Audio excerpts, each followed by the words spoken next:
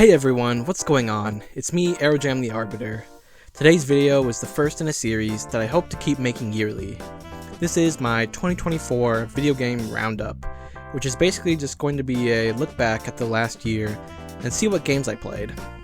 I'll also give my thoughts and a short review of each, unless it's something I plan on covering in a future video. Before we get into the video, if you like this content and want to see more, hit that like button and consider subscribing. YouTube also has this new feature on mobile where you can hype videos, and it helps boost videos from smaller creators in the algorithm. Thank you for watching either way, and without further ado, let's get into the video.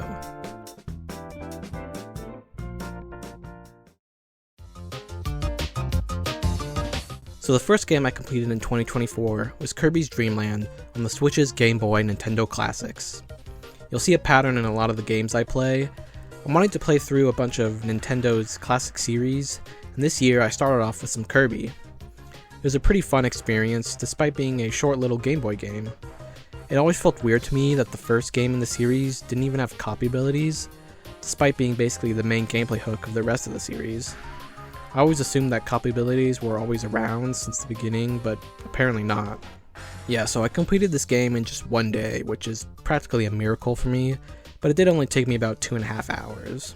And that does include 2 playthroughs, one on normal mode and another on extra game. Overall, I give this game a rating of 70%, mostly because of its short and simplistic nature, but I still recommend it if you have an afternoon and want to play a nice, breezy, old-school platformer. The second game I played in 2024 was, surprisingly, the next Kirby game, Kirby's Adventure on the Switch's NES Nintendo Classics. It's very unlike me to play and complete multiple games in quick succession, but I had bought a month of Switch Online, so I had to make the most of it. Anyways, this game really was a blast. Besides the Mario and Zelda games, this is the game on the NES that I was most eager to play. It's a very solid platformer, especially for the NES, and actually introduces the copy ability to the Kirby series. I also did 2 playthroughs, I believe, for this game as well, the main story mode and extra game. This time it took me a few days, because it's quite a bit longer than Kirby's Dream Land, and has more of a story, which basically starts the tradition of having the main villain of each Kirby game be some eldritch abomination. But in this game, the main villain, Nightmare, is relatively tame compared to future entries in the series. Overall, I give this game a rating of 80%. It's a very fun game, but still has a bit of that old NES jank. One of the few games on the NES that are still worth playing today, in my opinion.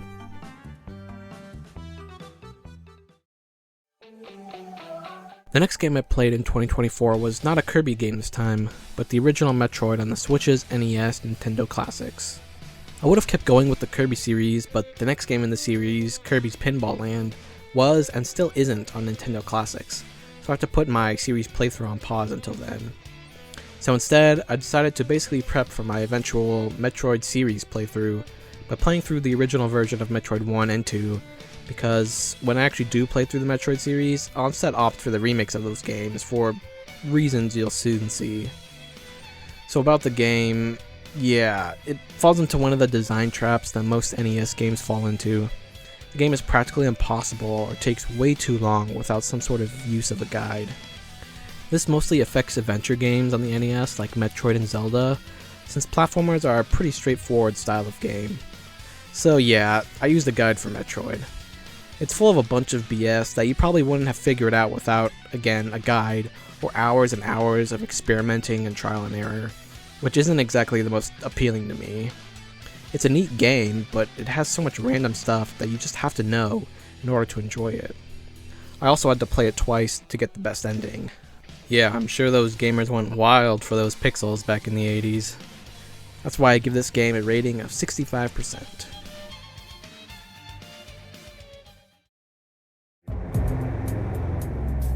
As mentioned before, I also completed Metroid 2: Return of Samus on the Switch's Game Boy Nintendo Classics. It's actually a pretty cool premise for a game. You're sent to the homeworld of the parasitic Metroids to basically commit genocide. Your task is to hunt down all the Metroids one by one, with some of them even mutating into these horrific creatures. Well, at least as horrific as the Game Boy can portray. Which leads me into the problem with this game. Like its predecessor, it suffers from the same design philosophy of trial and error, but possibly even more exacerbated since it's on the tiny screen of the Game Boy. So again, I had basically no choice but to use a guide to even get some enjoyment out of this game. And I got the best ending first try. Those pixels are all gamers can get in the 80s, but with all that in mind, I give the game a rating of 60%. Looks like I started the year with a good streak of completing games, but that didn't last much longer.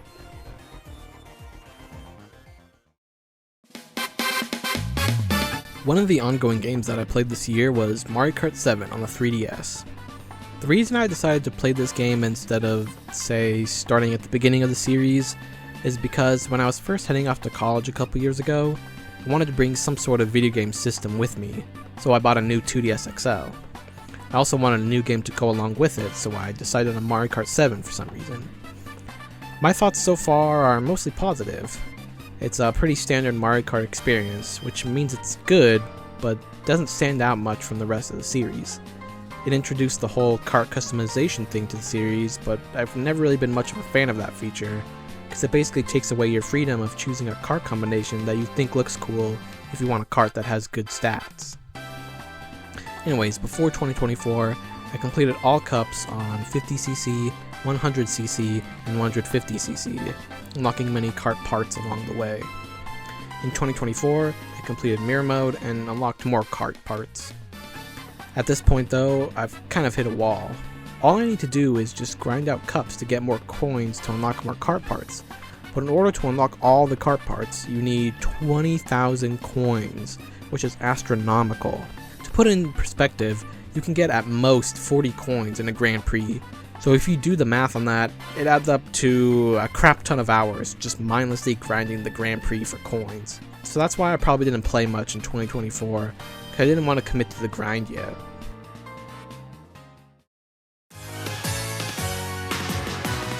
Miitopia. What a delightful game. I got introduced to this game from the YouTuber Peanut Butter Gamer on his Let's Play channel so many years ago, and I've wanted to play it ever since. The game is pretty much a basic class-based RPG, but the hook of the game is that all the NPCs and party members are Miis, which you can either create yourself or download user-created ones. My brother had it on the 3DS, but I couldn't really play it since there was only one file. But when it came out on the Switch, I had to get it. I started the game before 2024, but I believe I only played through the first arc of the game, which wasn't very much. In 2024, I think I basically played through the second portion of the game, where you get a new party of companions, and into the third portion of the game, where you get a third party. Like I said before, it's a really fun game, but it can be kind of easy and simplistic at times. But I can't wait to get back to this one soon.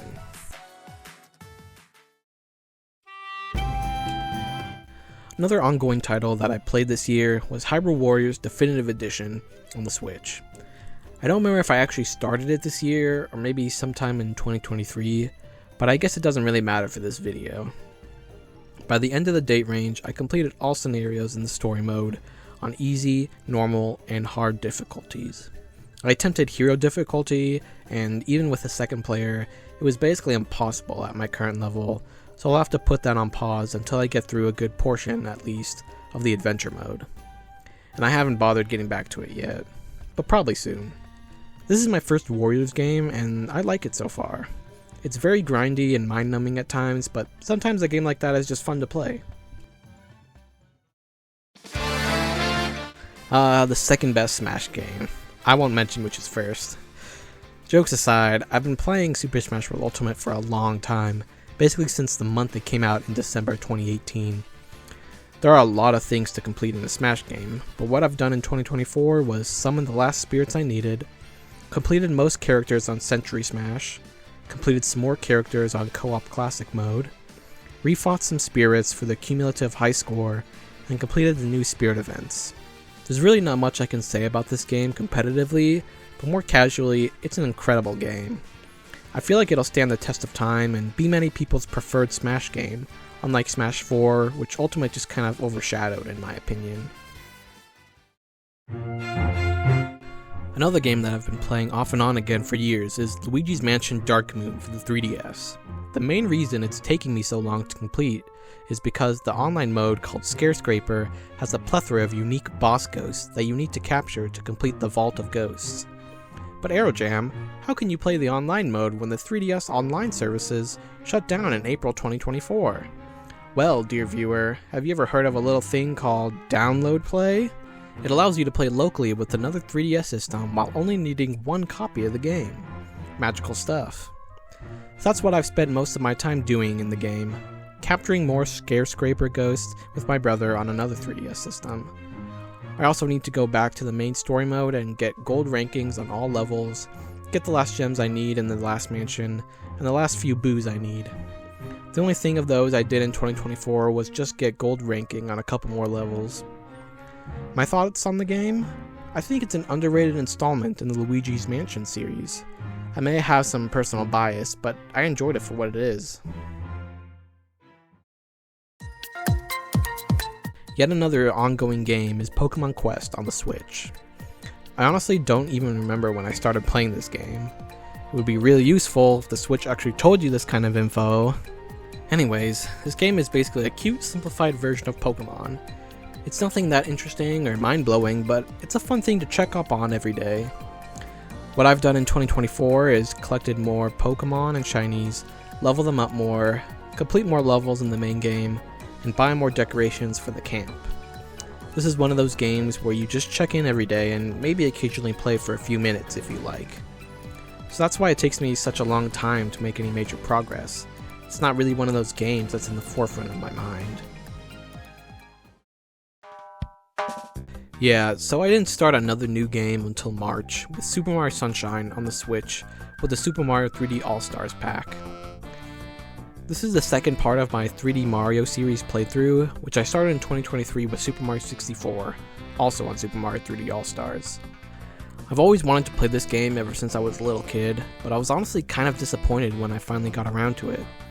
It's definitely the least fun 3D Mario game in my opinion.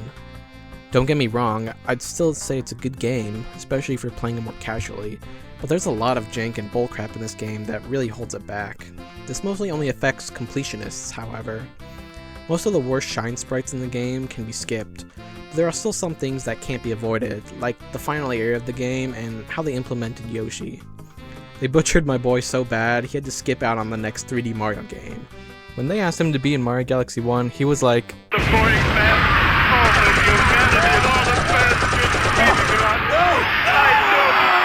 Luigi, after last time, no. But yeah, the game can be a bit of a nightmare sometimes. Of course, collecting the blue coins are the bane of every completionist, but there are several shine sprites that are so jank it's frustrating. And maybe it's just me, but one of the least talked about criticisms of the game is its soundtrack. There are only like 5 good standout songs, which is kind of bad for a Mario game. Even then, one of them is a remix of the original Super Mario Bros. Theme. A pretty cool remix, but it's not an original tune.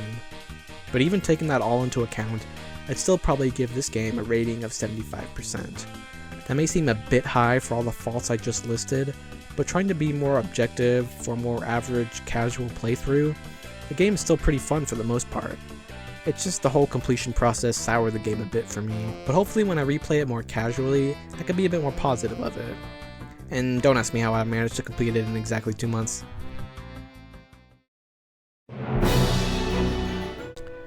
Just about a week or so after I completed Super Mario Sunshine, I finally started The Legend of Zelda Tears of the Kingdom on the Switch, about a year after it initially came out. This technically isn't part of my Zelda timeline playthrough, which I started in 2023 with Skyward Sword HD. I just really wanted to play the newest game, so my goal wasn't to actually complete it, just play through all the main story content. During the year, I only managed to complete 2 of the temples and various other extra side content. This game really showcases how slow I can be at completing games.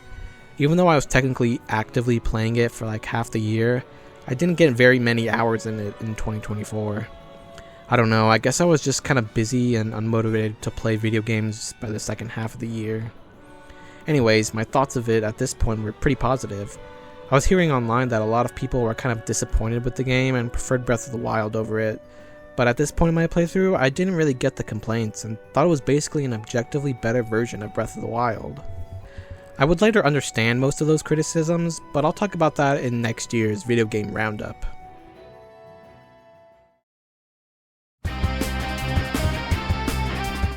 And just a couple days after I started Tears of the Kingdom, the platform fighting game MultiVersus relaunched. I originally played this game a bit when it was in beta in 2022, but it was later taken offline in early 2023 to work on the full release. I played the game almost every day since it relaunched. Even though I could barely run it on my laptop and the initial release window was pretty rough, I still enjoyed my time with it.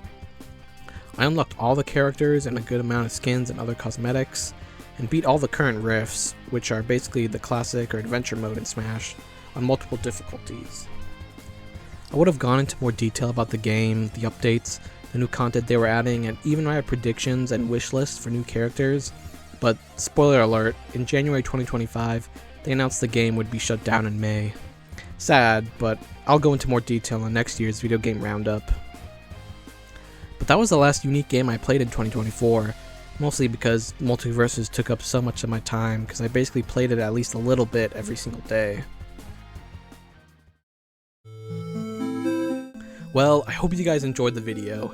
If you made it to the end, I just want to give you an extra thanks. I really appreciate your support. The series is basically just a video journal of all the video games I've played, so it means a lot that you cared enough to watch the video all the way through. This is my first video where I'm actually talking to you guys, so I haven't really developed my YouTube voice.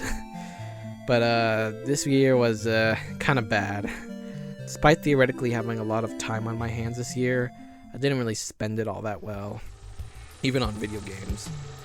It's something I've been working on for this next year, and hopefully things pan out better in 2025, despite being almost over at this point, geez. Anyways, consider hitting that like button, subscribing, and hyping the video. Hope to see you for next year's video game roundup. Peace.